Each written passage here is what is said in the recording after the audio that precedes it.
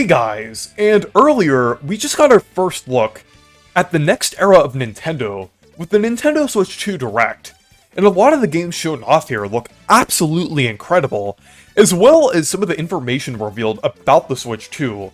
However, there are a few really weird and baffling decisions here as well.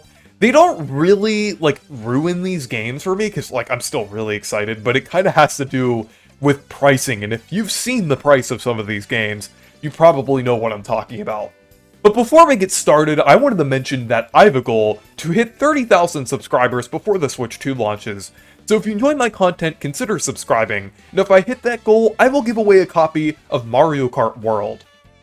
But the first game that they showed off here was Mario Kart World, and this game looks absolutely incredible.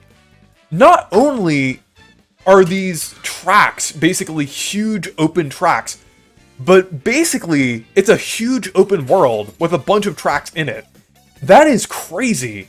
It's almost kind of going for a Forza-esque approach, but also kind of still having a lot of core Mario Kart elements, still having the tracks and everything, but also basically making them interconnected and making it into one big open seamless world. Which is really cool, and it's really nice to see Mario Kart do this, since it has been 11 years since the last Mario Kart game, and I feel like we were definitely overdue for a new game, but I feel like the wait was definitely worth it for something like this. I mean, sure, it would have been nice if we got a Mario Kart game sooner, but still, this is incredible. This just looks absolutely amazing. They're even bringing back, a lot of retro tracks as well, but they're, reimagined. I feel like they're reimagined to an even greater degree than the ones in Mario Kart 8. Airship Fortress is here, but, the airships kind of look like the ones from, Mario 64, kind of stylized in that way. I guess, Smash Melee, kind of that N64, Rainbow Ride style airships, I would say. It kind of reminds me of that a little bit. Shy Guy Bazaar as well. Wario Stadium from Mario Kart 64, which is one that has never been remade, which is really cool to see. That's definitely one that I've seen brought up a lot. It would have been nice to see Wario Coliseum, but for a game like this, I think it's fine. If some retro courses are omitted, I don't even mind that much, honestly. It still looks amazing regardless. There's also, Desert Hills from Mario Kart DS. Moo Moo Meadows, which I'm actually kind of surprised to see return since that was in 8, but it does look heavily reimagined here. Even Sky High Sunday from Mario Kart Tour and the Booster Course Pass is returning, but it looks way better in this version. It looked really janky and weird in Mario Kart 8 Deluxe and Tour, but it looks actually good here. So that is definitely pretty exciting, and all of the new locations look amazing as well. I think some of my predictions even kind of came true. I kind of predicted a retro Donkey Kong style area, and there's DK Spaceport, which isn't exactly the DK arcade thing that I was predicting, but it basically is the same kind of vision and same kind of idea that I was predicting, that kind of references arcade Donkey Kong and stuff like that, and kind of has that vibe. But it is kind of futuristic with Spaceport, which, I mean, that kind of was a part of my prediction, that the fact that it would look a bit futuristic. So, even if I didn't explicitly say that, so I would say that is close enough. It is just pretty cool. So yeah, I just think from what we've seen so far, it looks absolutely incredible. And this is way better than I was expecting. And there's also a lot of characters here. There are tons of new playable characters here. Unfortunately, we don't have any playable RPG characters yet, or WarioWare characters and things like that. But I feel like there is a greater chance that they could appear than they ever had, because of the amount of characters, wacky, interesting characters that they're adding here. And on top of that, we at least got a costume for Yoshi, with a Boshi costume at least. So I think that's pretty cool. At least we got a tiny bit of representation so far, if we're getting anything. But the new characters here are really cool.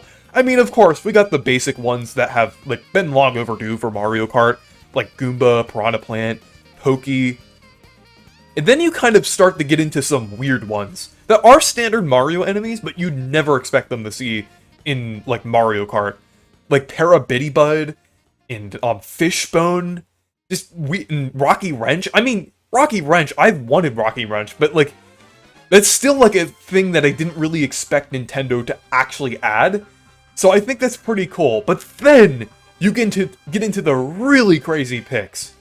You have, like, a Swoop, a Cataquack, which Cataquacks haven't appeared in, like, 15 years in the Mario franchise. I think the last time they appeared was, like, Mario Kart Wii, I think? Like, I don't even remember the last time they appeared. I think it was Mario Kart Wii. Maybe Galaxy 2. I know they were in one of the Galaxy games, at least. So, it has been a long time since the Cataquacks have appeared, but they're actually playable this time. You also have Dolphin, which is just floating above the cart, which is just absolutely insane. And even a Pianta, which I am actually really happy about. That was one character that I was wanting and was in my, like, wishes and predictions. Since we haven't had, we haven't had a full appearance from the Piantas in quite a while. I think the last time they appeared was, like, Mario and Sonic at the, like, Rio 2016 Olympics. I think that was the last time they appeared. Apparently, like, I've heard some people say that Piantas haven't returned in, like, almost a decade because, like, their designer hasn't been involved with, like, many Mario games. I'm not sure. Someone can correct me on that.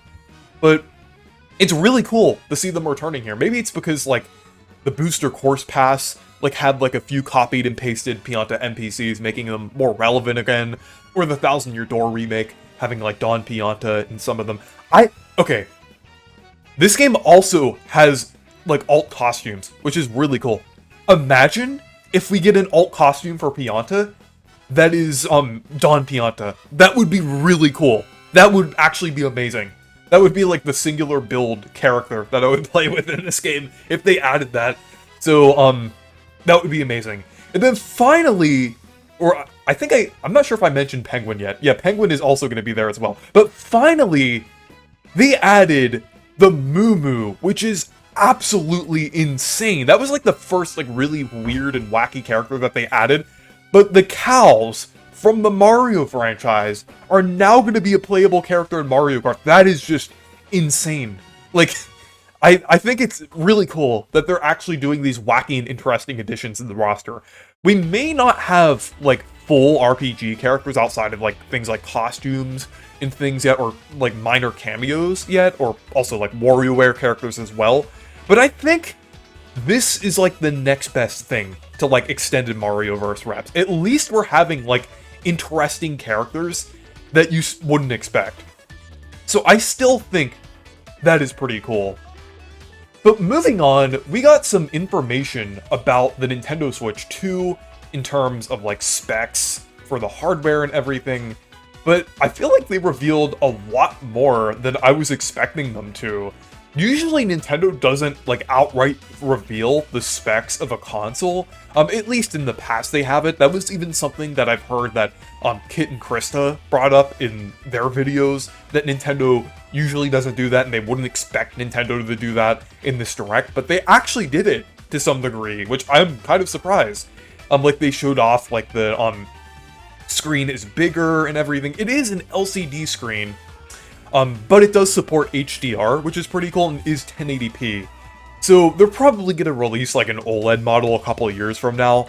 So we'll probably see that, but I honestly don't really mind an LCD screen. Like, as long as it's, like, 1080p, and has, like, a lot of those features in there. It even supports 120 FPS, which is crazy. And I guess, like, the console, like, in general, will be able to support that. So I think that's pretty cool. And they also showed off the Joy-Con, which are fittingly called Joy-Con 2, which are magnetic, we knew about, and the mouse controls, which look pretty cool, and are actually used in more games than I was expecting them to. They actually showed off quite a lot of them here. And also, like, the new USB port, like, the increased, like, power given to the console, like, also the dock, like, actually has, like, a fan built in now, just, like, to accommodate for the extra power. internal storage of 256 gigabytes, which I feel like is definitely a good way to go. I was worried that they were gonna go for like 128, maybe even like, okay, 64 would have been like way too low, but like I was fully expecting Nintendo to do 128 gigabytes, but I am so glad they were going for 256. I mean, that may not be perfect. I think 512 would be a little better, but I think 256 for a console like this, when Nintendo usually releases like their first party games usually aren't that big. I have a feeling for the Switch 2, they're probably gonna hover around like 20 to 25 gigabytes. I'm thinking for like a lot of these, probably around there. I'm thinking because like a lot of the Switch 1 games were between like hovered between like 5 and 15 gigabytes. So they're definitely going to be a lot bigger on the Switch 2. So I think, but they're not as big as like a lot of third-party games because Nintendo is kind of good at optimization. So I think like 256 gigabytes sounds good. And it's also going to support micro SD express cards. And not regular micro SD cards, which is a little weird, but I mean, they could have added like an extra port for regular micro SD cards, which is a bit weird, but there might have been a reason behind that. I guess like for like loading the games and things, I think they like mentioned that there. Maybe if they did a thing where it's like Switch 1 games or save data could be on like regular micro SD cards, but that might be overcomplicating things. So I guess it kind of makes sense why they're doing this. It's a bit weird, but I think that's just due to to like accommodate like speeds and things. So yeah. But they also introduced a new feature called Game Share, which is basically Nintendo's answer to both like voice chat, like integrated voice chat, or Discord integrated into a console, kind of like a mixture of those. And that's what I was predicting. I was actually predicting something like that. I'm not sure if it will have like an actual like chat feature where you can like go into like group chats and things. I think you can do that like in a smartphone app, but you could actually like do like actual voice chat on the Switch 2, which I mean, that has been long overdue for a Nintendo console. I mean, I guess you could do it to some degree on a Wii U, but I don't think you could do it like while you're actually playing a game. But it took Nintendo like 15 plus years, but they finally did it. And they did incorporate like some elements from Discord in there as well, like screen share and things, which I think is pretty cool. So at least there are some modern elements there. And there's also a camera as well, which is pretty cool. It is an external camera. I'm not sure how good the quality is going to be, and I'm not sure if you can like plug in any camera to it, or they're like you have to use Nintendo's camera, or they'll have like a certain like compatibility list for certain cameras, but you can plug that into the top USB-C port and that will work. So I think that's pretty interesting. I think it's a bit weird that they didn't do like a built-in camera, or at the very least like a camera that would be included within like the system, or like one that you could actually get with the system, because there are going to be games that utilize the camera. So I do think it is a bit weird that you have to get a separate accessory like that, because that will limit the amount of things you can do with it. But it was primarily for like actually like using it like as like a way to chat with people. So I can kind of understand that. So I guess that makes sense. But a built-in mic is nice. That was definitely long overdue, and that was kind of weird that the Switch 1 didn't have that. So I'm glad that it has a built-in mic. I wonder if we're I know we also got another NSO announcement, but I feel like the mic built into the Switch 2 makes DS games even more likely on top of the mouse controls. But moving on to like other games that they showed here, and they basically showed some Switch 2 edition games, which are pretty interesting. Like, I mean, most Switch 1 games will be compatible with the Switch 2. But you also have these, like, Switch 2 edition games that are basically like Switch 1 games, but kind of upgraded to work on the Switch 2, like 4K support, like 60 FPS. I think, like, Metroid Prime 4 even has, like, a mode that's, like, 1080p, 120 FPS, which is kind of crazy. I'll have to double check that, but I think that's pretty cool that they're doing that. And some of these will be included in the expansion pack as well. So at least the Zelda ones. I'm also gonna say I am so glad that the Breath of the Wild thing wasn't a standalone remaster. I was really worried about that, but you could actually use your regular Switch 1 game and upgrade it, like I was mentioning. So I'm just so glad that they did that. And I just think it looks like a lot of these games here are definitely pretty cool, like, since they're getting, like, upgrades here. Like, Super Mario Party Jamboree is getting, like, Jamboree TV, as well as, like, integration within the regular game, like, to add, like, the camera support, which is kind of crazy, like, how they incorporated it. It kind of reminds me of, like, the Mario Kart Arcade GP games, where it basically, it takes a picture of you and it shows you in the game sometimes. I think that's pretty funny that they're doing that in Super Mario Party Jamboree. Honestly, with all the stuff that they're adding to Super Mario Party Jamboree, I'm kind of surprised that they didn't wait to release this game until the Switch 2 launched. I mean, I guess it kind of makes sense. Like, they needed, like, another holiday title, like, for their, like, last Switch 1 holiday. So I guess it kind of makes sense in that area, but, like, it kind of would have made sense at the same time to be, like, a Switch, like, an early Switch 2 thing as well, with all this stuff added. But the Jamboree TV thing looks pretty cool.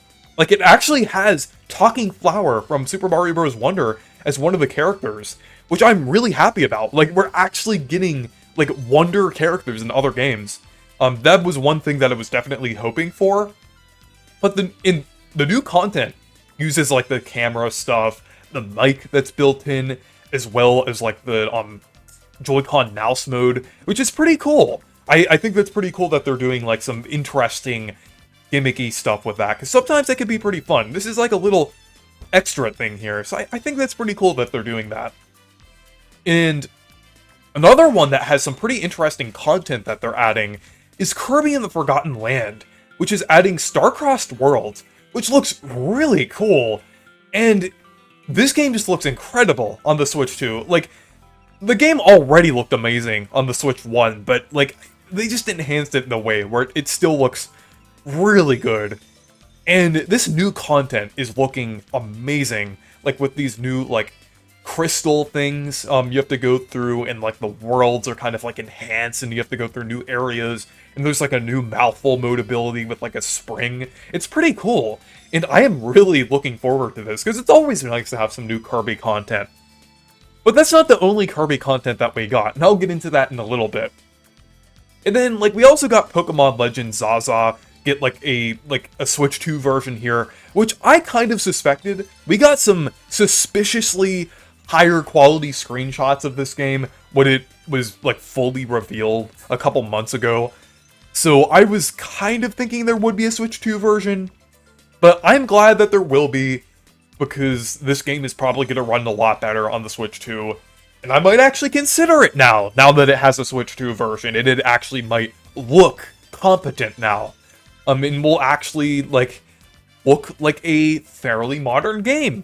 So, I might check that out. But we also got another interesting new game here called Dragon Drive, which is kind of like the ARMS-esque thing here that's kind of utilizing the mouse controls. It's kind of in a similar way to how ARMS was utilizing the motion controls on the Switch 1. It looks pretty interesting. My only problem with it is that it looks kind of generic, I would say. It looks like something that any company could release. I mean, I could see a hint of the Nintendo charm in there, like, and I think when we get closer to this game's release, there might be, like, more content and more things that we haven't seen in this game. The gameplay does look good. That's what I'll say so far. It does look fun. I might pick this up if it's, like, a fun multiplayer title, because I think, like, on the surface it does look a bit generic, but I don't know. It might be better than it looks. So I'll just wait to see if they do anything, like, better with this, but the concept is cool. I'm definitely, like, interested in, like, the concept, because the gameplay does look pretty fun, like, with the mouse controls. But yeah. So moving on, we got a ton of third-party titles here. Just, like, a ton of games that is definitely pretty good to see on the Switch 2. like things like Elden Ring, Street Fighter 6, Final Fantasy 7 Remake, Cyberpunk 2077, Borderlands 4, just Split Fiction, and like a lot of other games here. Like even Yakuza, and Star Wars Outlaws, and even a new Daemon X Machina game, which is pretty interesting. Is like we got like the first game on Switch 1. And then even like a look at like Deltarune Chapter 3 and 4, which will be releasing when the Switch 2 launches, which is really cool, and I'll definitely have to catch up with Deltarune because I've been wanting to get into it. And then also Silk Song as well. It's fun, they finally showed it off, because I remember people posting like the clown image every time Nintendo did any presentation.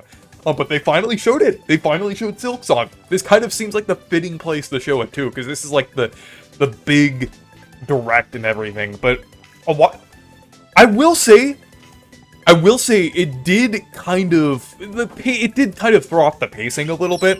Because, like, I feel like a big portion of this direct was just dedicated to the third-party games. I feel like there could have been some first-party announcements kind of hidden in between these to kind of break it up a little bit. There were a few things that they could have shown here that would have made it, like, paced a little better. At the same time, I can't understand where they're coming from, because I feel like the third-party support is kind of a big thing about this console. Like, the third-party support here is just incredible for what we've seen so far. Like, just a lot of the games here are just going to be, like, amazing, I would say. And it's really cool to see them on a Nintendo console and actually look, like, pretty good compared to, like, the current-gen games and everything. It's just really cool. Another thing that's kind of funny to bring up is Street Fighter 6. That game is actually going to get amiibos released alongside it, which is crazy. Like, I did not expect them to actually release new amiibo figures. They're releasing some for Tears of the Kingdom as well, like alongside the Switch 2 version of that game. So I think that's pretty interesting. And then also a lot of the games, like third-party games, already revealed for the Switch 1 will be getting Switch 2 versions, which kind of makes sense as well. But then this was kind of hidden in the third-party announcements, but there actually was technically a first-party game kind of thrown in there, so I guess I kind of, I guess I was lying a little bit, but they showed off Hyrule Warriors Age of Imprisonment, which is really cool, and it looks like it's gonna run pretty well on the Switch too. I'm definitely looking forward to that, because I liked Hyrule Warriors Age of Calamity, but my only problem with it was the fact that it wasn't canon, and they did kind of something, they did like that weird time travel plot, which I didn't really think was necessary, and kind of ruined the story.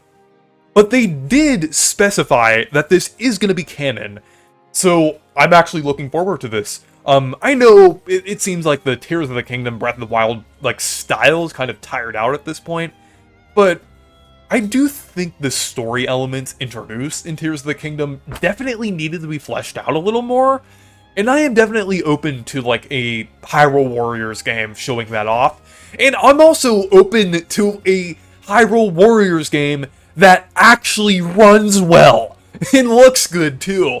So, because Age of Calamity that's my other problem with that game. It was just like, the frame rate dipped so hard in that game. I mean, I think it's going to get a free update on the Switch 2. I hope it does. I think that was one of the games shown off that's going to get a free update. But just a new game that actually runs well. Because, like, the Warriors games are notorious for being, like, on Nintendo consoles specifically, are notorious for having horrendous frame rates. So it's actually really nice to see one that actually looks and runs well. So I'm looking forward to that. I am a little disappointed that it isn't Xenoblade Warriors, because that's kind of what I wanted. But I mean, I still think the concept of like basically a Hyrule Warriors for Tears of the Kingdom is pretty cool.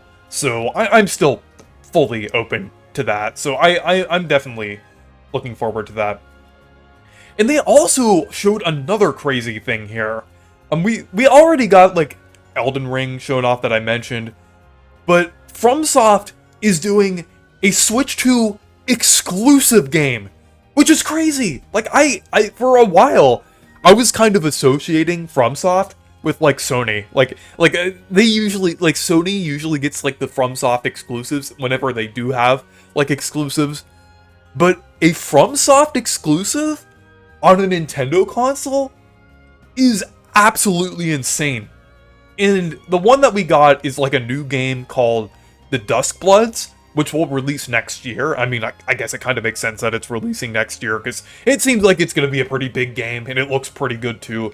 It's going to have, like, multiplayer as well, but it looks really good, and I think that's really cool that we're getting that. Like, it's really cool to see, like a lot of support. Like, we're seeing, like, a lot of these big, huge current-gen games on the Switch too, which is really cool, and they look good. They look good too. I know some of these are like a few years old, like Final Fantasy VII Remake and like Cyberpunk 2077, but they still are kind of technically like associated with like the current gen, since they released like right around the time that like the PS5 and the Xbox Series X and S were releasing.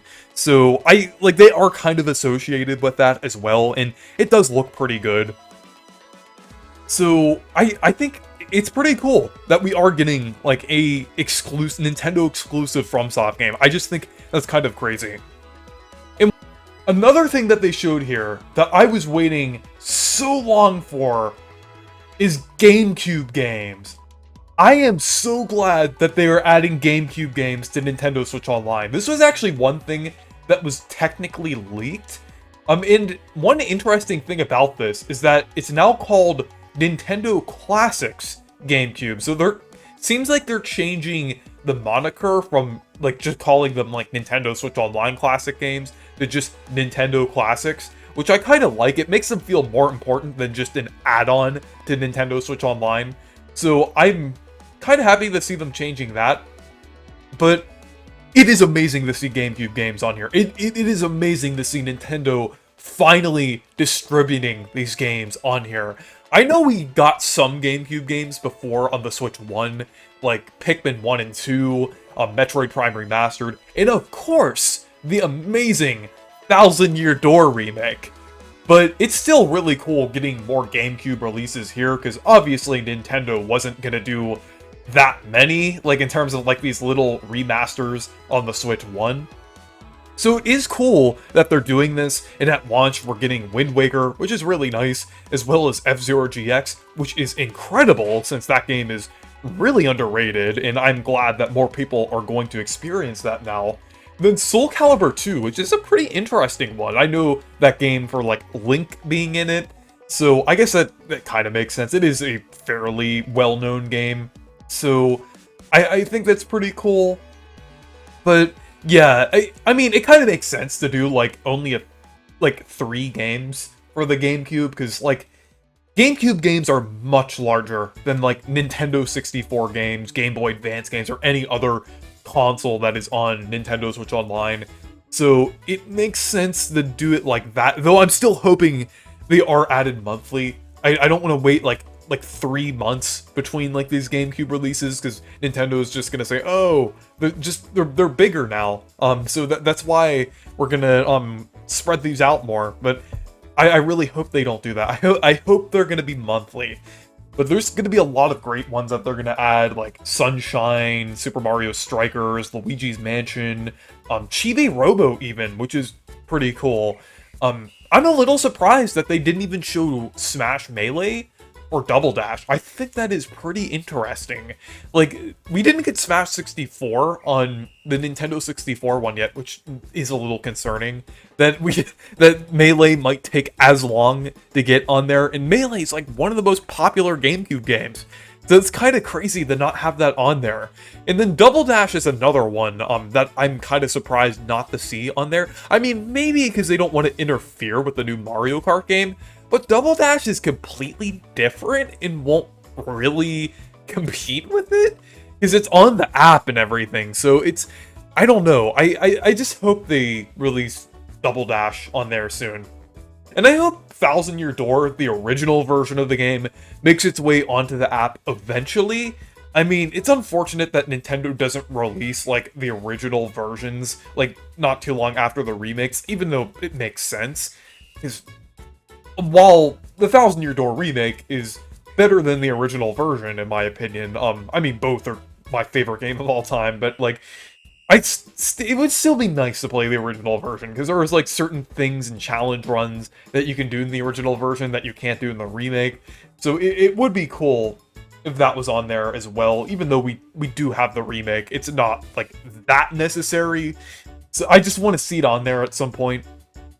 But yeah, I think GameCube games on Nintendo Switch Online is amazing. One other, like, exclusive game, before the big ones, that I forgot to mention earlier, is a Nintendo Switch 2 Welcome Tour, which is kind of like the gimmicky launch title for the system.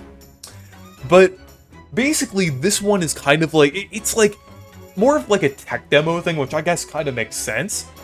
But it's like, there doesn't really seem to be that much to this one. It's not like more interesting and kind of filled with content like ones like Wii Sports or Nintendo Land. I wouldn't say it's as bad as something like 1-2 Switch. That's like the absolute bottom of the barrel, because that's like barely a game. But this one, it seems pretty light on content. And, like, it's kind of like showing off what the Switch 2 does, which, I mean, that's cool. But why wasn't this included with the console for free? Because this is actually a paid software, which is just weird. Like, another thing that I heard Kit and Krista mention before is the fact that Nintendo does not like to do pack-in titles. Like, Reggie had to fight to get Wii Sports as a Wii pack-in title. And I think it was only a pack-in title in certain regions, like North America. So, but I mean, like, something like this? Like, really? Really? Nintendo Switch 2 Welcome Tour? Really? Does that have to be a paid game? I just think that's pretty weird. But, moving on, I think the two highlights here, other than Mario Kart World, are Donkey Kong Bonanza and Kirby Air Riders. Both of these games look absolutely incredible. Kirby Air Riders is a game that I have been waiting for years. I have been wanting a sequel to Kirby Air Ride for so long. Like, I've enjoyed, like, Kirby Air Ride for, like, quite a while now. I know I've made, like, plenty of, like, streams and videos about it. Maybe not for, like, a couple of years. It's been, like, since, like, 2022 and 3 since I've, like, played this game. Well, the original game on GameCube a lot. But I love Kirby Air Ride so much. It is one of my favorite GameCube games. It is one of my favorite Kirby games in general as well. City Trial mode is incredible. It is one of my favorite multiplayer modes in, like, any Nintendo game. So I am so glad to see that this series is returning. And not only is this returning, but Sakurai is directing it. Sakurai is finally directing a Kirby game after over 20 years, which is crazy. And he's not working on a Smash game now. Like, that is actually amazing. I mean, I guess some people might be a little disappointed that he isn't working on, like, either a remaster or a new Kid Icarus game. But, I mean, I could easily see that happening after this is released. Because I feel like Sakurai is kind of moving on from Smash. Like, I feel like Smash Ultimate was his, like, big final project for Smash. And he's kind of moving on to, like, projects that he kind of, like, really wants to do that are, like, separate from Smash. So I just think it's amazing that he's working on Kirby Air Riders.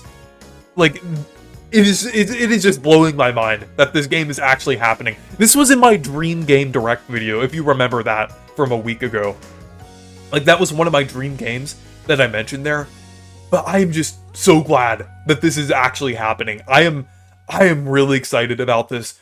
Hopefully there's, like, multiple city trial maps and, like, a lot of content from the other Kirby games. I know, like, Sakurai is kind of known for, like, not acknowledging the Kirby games that he hasn't worked on, but I think that was mostly due to the fact that's, like, the only thing that we gauged that, like, sentiment off of was Smash.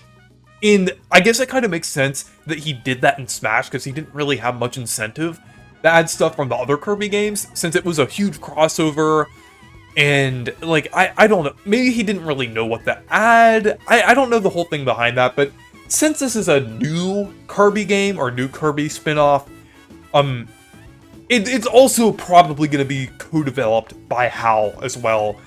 So we're probably going to see some newer Kirby content here. We might even see, like, Sakurai's version of this newer Kirby content, like maybe, like, some, interesting, like, air ride machines for, like, Magalore and Suzy, Elflin, like, things like that. That would be really cool.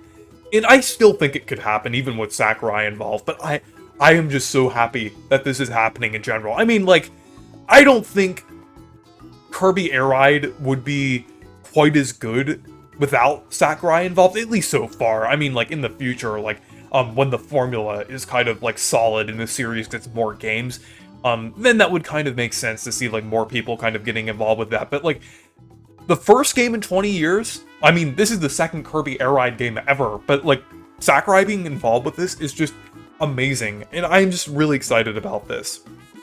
And then finally, the final game that was shown off here is Donkey Kong Bonanza. And this is looking incredible.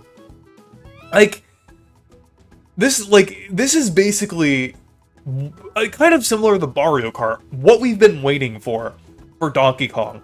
It's like a big, huge, kind of open 3D platformer here. And you can basically, like, dig through the ground, break everything. It looks so fun from what I've seen. And, like, the character designs and worlds look very interesting too. I know, like, they're, like, very original and unique, which, I mean, I guess is kind of a stigma in Donkey Kong. Like, I know Jungle Beat had, like, a ton of, like, original characters and not really many returning characters. And then the retro games kind of have, like, mostly, like, original characters. I mean, original characters are good, but I feel like a lot of Donkey Kong fans had a problem with the fact that, like, a lot of older characters, like the Kremlings, or in some cases, the other Kongs weren't returning. But with this game specifically, I feel like I don't really mind it that much. I mean, we actually have seen, like, some other footage, like, Cranky was in, like, some of the footage, and I'm sure Diddy Kong will show up somewhere here as well. I mean, maybe, like, as an unlockable character, like Luigi in Super Mario Galaxy. Like, you have, like, you can now play as Diddy Kong, or something like that. Maybe they'll do something like that. And then there was also, like, one of the enemies, I think it was, like, a Naughty from, like, Donkey Kong Country, that was, like, engraved into, like a stone tablet or something like that, which is a rare, like, a character from the Rare games, like an enemy from the Rare games. So it is nice to see, like, some acknowledgement from that here. And also in general, even though, like, everything is, like, super new and kind of original here, I think a lot of the character designs and, like, locations do kind of seem Rare-esque, at least. Like, a lot of the enemies have, like, look very, like, exaggerated and cartoony. It does fit in really well with Donkey Kong, I would say.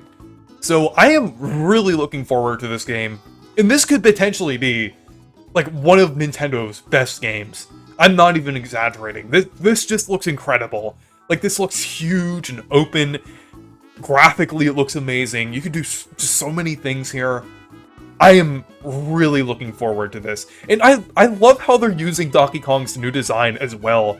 I feel like it definitely, seeing this design in motion more, like, it makes sense. Like, like, some people are a bit iffy about it at first, but it actually, like, it makes so much sense here. It doesn't look as, like, weird as the movie design, but it's still, like, it has that, like, Nintendo feel to it. And this game does have that Nintendo polish to it, which is just really, really nice to see. But yeah, there's one more thing that I have to talk about, and that is actually a negative thing. I'm gonna go more in detail about this in another video, but or, I mean, the system itself, they revealed the price, and it's $450, which, I mean, is a little more expensive than I was expecting. It isn't too bad. I was kind of expecting, like, it to be like that, because it is fairly powerful. But the real thing that I am very concerned about, and that I think is a baffling decision, is the fact that Mario Kart World is gonna be $80. That is insane. I don't even know what they were thinking with that price. No game should cost that much. I know I sound hypocritical, because I'm getting this game, and I'm super excited about it. But at the same time, just I think you can simultaneously be excited about a game as well as critiquing it as well. I think there's a balance between that. So, I think the fact that it's $80 is crazy. And the thing is, I can say games are worth, that much to me. They're, Thousand Year Door, I've gotten, I would say, over $100 out of it, even though it's only $60. Just from how much I've played and enjoyed it. But, I don't think games should exceed $60. Even though a game may seem like it's worth it, I just think it should be the 60 should be the max because of accessibility. I might move that to 70 because I think the $80 price tag makes $70 look a little more appealing. That's how bad this is. That's how bad this is. I don't even mind Donkey Kong Bonanza being $70 quite as much now from what we've seen of the game. I'm a little more accepting of that now. But I mean, I guess maybe in some circumstances $70 is fine, but 80 is ridiculous. We were all expecting some games to be 70 on the Switch too, but just 80. That is just insane. I know it's a huge open world Mario Kart game, but still, it seems like the only reason why it's that expensive is because of how popular Mario Kart is. I have a new term to describe this phenomena. The Tears of the Kingdom approach. Tears of the Kingdom was $70 on the Switch 1. And I think they priced it at that because of how highly anticipated it was. And since Mario Kart World is highly anticipated, I think that's why they're pricing it at $80. So, I think that's probably the reason behind it. It is just very concerning, and I'm going to talk about it in another video. But still, the games look absolutely incredible. The pricing doesn't really change my opinion on the games themselves, because the developers are doing an absolutely amazing job at these games. It is more of Nintendo and the higher-ups deciding these prices that is the problem. But yeah, anyways, thank you guys for watching this video. Make sure to leave a like and subscribe for more, and make sure to check out my Discord server and Blue Sky if you want to. Stay perky!